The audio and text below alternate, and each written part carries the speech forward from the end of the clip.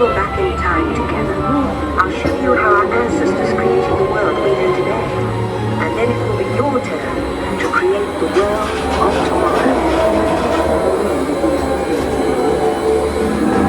Here in this hostile world is where our story begins. We are alone, struggling to survive, until we learn to communicate with one another.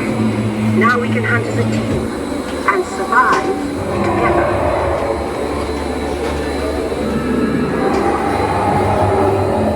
It takes 15,000 years to come up with the next right idea. We're recording our knowledge on hay walls. There was only one small problem. When we moved, the recorded knowledge stayed behind.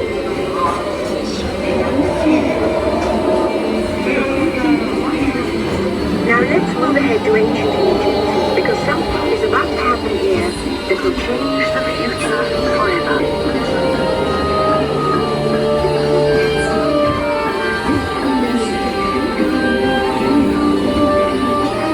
This unknown Egyptian pounding beats man is inventing papyrus. Papyrus in turn creates better records, plans, signs, and unfortunately taxes. But it also brings with it the dawn of great civilization. At this point, each civilization has its own form of writing, which none of the others can understand. But the Phoenicians, who trade with all of them, have a solution.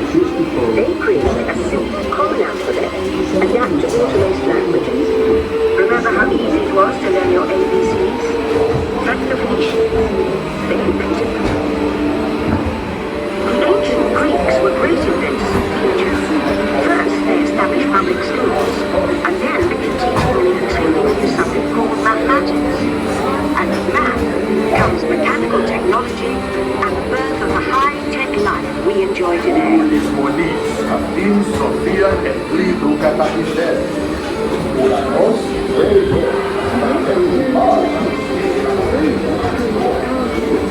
With lessons learned from the Greeks, the Romans created a powerful empire. To move their armies around, they built a system of roads all over the known world. Rome built the first worldwide web, and it's leading us into the future.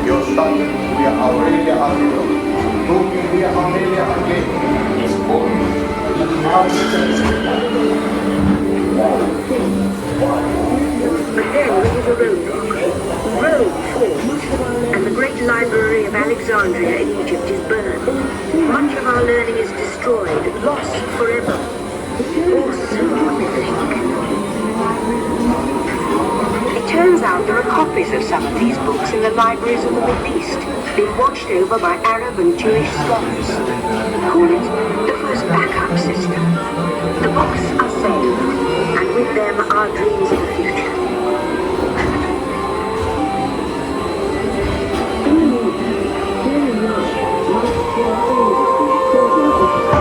In the meantime, here in Europe, monks toil endlessly recording books by hand. But that is about to change.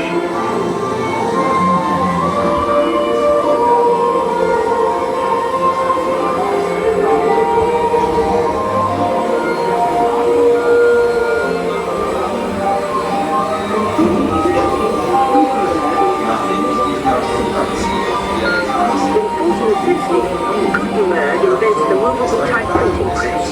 Now knowledge can travel as fast as these new books, and travel they do. Books make it easier to invent the future in every field, and the result is an incredible explosion of innovation we call the Renaissance.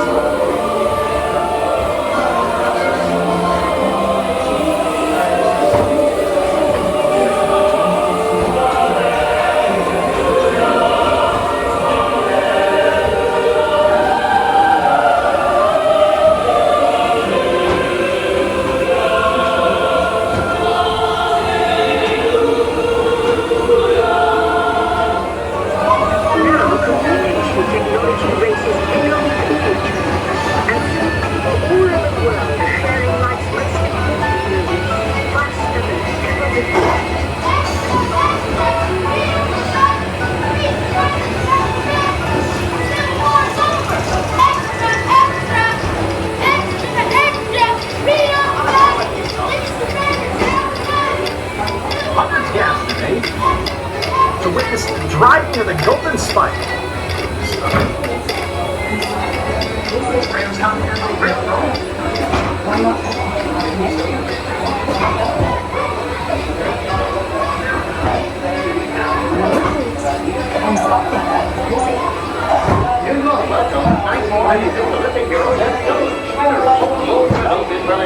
We're about to break the wall of horses to congratulate this inspirational athlete. By now, communicating anywhere on Earth, and in 1969, from somewhere else. One small step for man, one giant leap for mankind. To send a man to the moon, we had to invent a new language, spoken not by man, but by computers. At first very large, very expensive computers, but with some potential.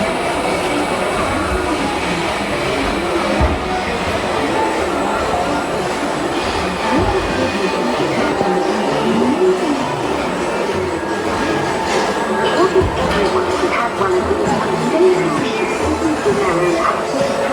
The difference of them, they're as big as a house. The solution companies are all set in the garage of capital. But young people with a passion for shaping the future put the power of the computer in everyone's hands. Together we form a super network that glows with billions of interactions. And once again, we stand on the brink of a new renaissance.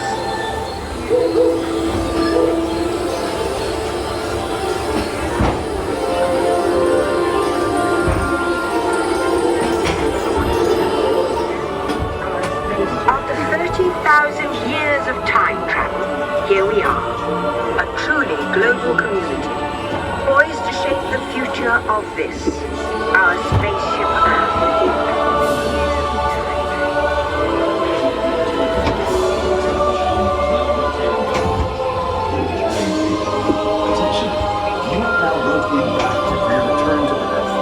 Please remain seated, time travelers. Attention, travelers. Please remain seated. Your time machine is rotating backward for your return to Earth.